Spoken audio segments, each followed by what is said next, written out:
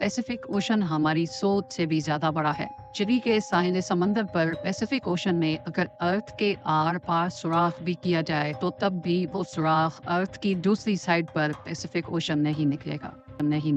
दुनिया में total 5 oceans पाए जाते हैं। इन 5 ओशंस में से सबसे बड़ा ओशन पैसिफिक ओशन कहलाया जाता है और ये टोटल 165 मिलियन स्क्वायर किलोमीटर के एरिया पर फैला हुआ है। आपको ये बात जानकर हैरत होगी कि हमारी दुनिया का टोटल लैंड यानी टोटल खुश्क हिस्सा ही 148 मिलियन स्क्वायर किलोमीटर पर फैला हुआ है, जिसका मतलब ये हुआ कि बाकी 4 ओशंस हटाकर सिर्फ अगर पैसिफिक ओशन की बात की जाए तो वो अकेला ही हमारी पूरी दुनिया के तमाम पहाड़ों, रेगिस्तान, जंगलात और आइलैंड से भी काफी ज्यादा बड़ा है। इस पूरे ओशन में सिर्फ चंद आइलैंड्स हैं और वो भी इतने छोटे हैं कि वो इस आलीशान समंदर के मुकाबले में सिर्फ एक डॉट के बराबर दिखते हैं। और सोने पे सुहागा ये वो आइलैंड्स हैं जिनमें से ज्यादातर पर किसी इंसान ने आज तक कदम नहीं रखा।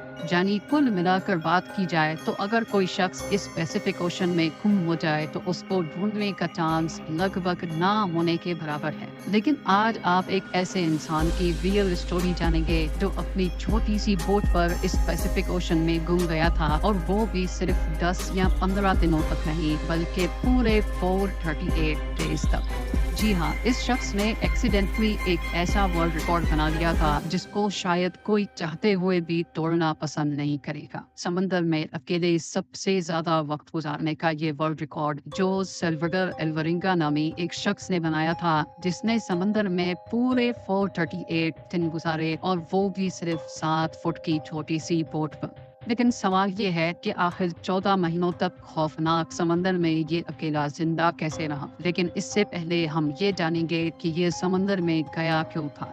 ये बात है 2012 की, जब मेक्सिको के एक छोटे गांव कोस्टा एजुल में जोस एल्वरिंगा नामी ये शख्स रहता था। जोस उस वक्त 36 साल का था और ये एक एक्सपर्ट मछेरा भी हुआ करता था। 17 नवंबर 2012 वाले दिन जोस अपने एक साथी के साथ फिशिंग के लिए अपनी छोटी बोट पर रवाना हुआ। इनका प्लान था कि वो समंदर में सिर्फ 30 घंटे गुजारेंगे। इसी वजह से इनकी छोटी सी बोट पर कुछ ज्यादा सामान भी नहीं था। इस 7 फुट की बोट में सिर्फ एक इंजन और एक रेफ्रिजरेटर था जिसमें वो मछलियां स्टोर करते थे। अपने साथ सिर्फ एक दिन का खाना पीना लेकर जाने वाले जोस को ये कहाँ मालूम था कि उसके अगले 438 दिन उसकी जिंदगी के बदतरीन दिन होने वाले हैं। वो मेक्सिको के साहिल से 120 किलोमीटर दूर गए और अपना जाल समंदर में बिछा दिया, लेकिन उसी वक्त एक खौफनाक समंदरी तूफान वहां आ पहुंचा। अपनी जान बचाने के लिए वो मछली के जाल को वहीं छोड़कर वापस साहिल की तरफ उल्टे पांव भागी। पूरे 6 घंटे बोट को मुसलसल तेज रफ्तार में भगाते सुबह के 7 बजे वो साहिल से अब सिर्फ 20 किलोमीटर दूर थे और उनको अपना गांव नजर भी आने लगा था। वो इस तूफान को तो काफी दूर छोड़ आए थे, लेकिन अब उनकी किस्मत काम करना छोड़ गई थी। साहिल से सिर्फ 20 किलोमीटर की दूरी पर उनकी बोट का इंजन खराब हो गया था। अब ना ही उनके पास चप्पू थे और ना ही बोट की डायरेक्शन कंट्रोल करने वाला सिग्नल, लेकिन उनके पास एक रेडियो था जिसके जरिए उन्होंने अपनी लोकेशन अपने बॉस को भेजी और उनके जवाब का वेट करने लगे। लेकिन उसके बाद जो हुआ वो हर मछेरे का घिनौना ख्वाब होता है। जी हाँ, अपने बॉस के जवाब का वेट करते करते उनके रेडियो की बैटरी भी जवाब दे गई और अब इन दोनों मछेरों का बाहर की दुनिया से कांटेक्ट खत्म हो चुका था। जोस एल्वरिंगा और उसका साथी अभी इसी शौक में थे कि अचानक वो हुआ जिसका बिल्कुल भी अंदाजा नहीं था। तेज हवाओं ने उनको वापस समंदर की तरफ धकेलना शुरू कर दिया था और जो साहिल उनको नजर आ रहा था वो आहिस्ता आहिस्ता उनसे दूर होता चला गया। उनके बॉस ने एक सर्च पार्टी भी बनाई और उनको पैसिफिक ओशन में भी ढूंढा, लेकिन अब बहुत देर हो चुकी थी क्योंकि जैसे जैसे दिन गुजरते जा रहे थे जोस और उसके साथी का बचना काफी मुश्किल समझा जा रहा था। इस हादसे को अभी 5 दिन गुजर चुके थे और हवाओं ने जोस की बोट को साहिल से 450 किलोमीटर दूर धकेल दिया था।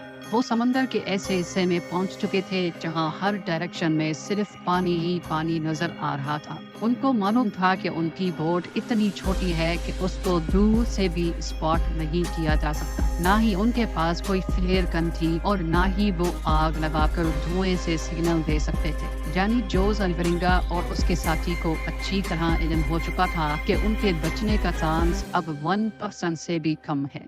जो खाना पीना वो साथ लाए थे वो पहले ही खत्म हो चुका था, इसीलिए अब पेट भरने के लिए उन्होंने अपने हाथों से ही उन परिंदों को पकड़ना शुरू कर दिया जो उनकी बोट पर आकर बैठते थे, या फिर बोट के आसपास मौजूद मछलियों को पकड़कर कच्चा खाने लगे। समंदर का खारा पानी पीने से इंसान की मौत हो सकती है, इसी वजह से उन्होंने बारिश का पानी समंदर में तैरने वाली प्लास्टिक बोतल्स में जमा करके पीना शुरू किया। लेकिन जब बारिश कई दिनों तक नहीं पड़ती थी तब वो अपनी प्यास बुझाने के लिए मछलियों और टर्टल्स का खून पीते थे, और वो भी तब जब वो उनको पकड़ने में कामयाब होते थे।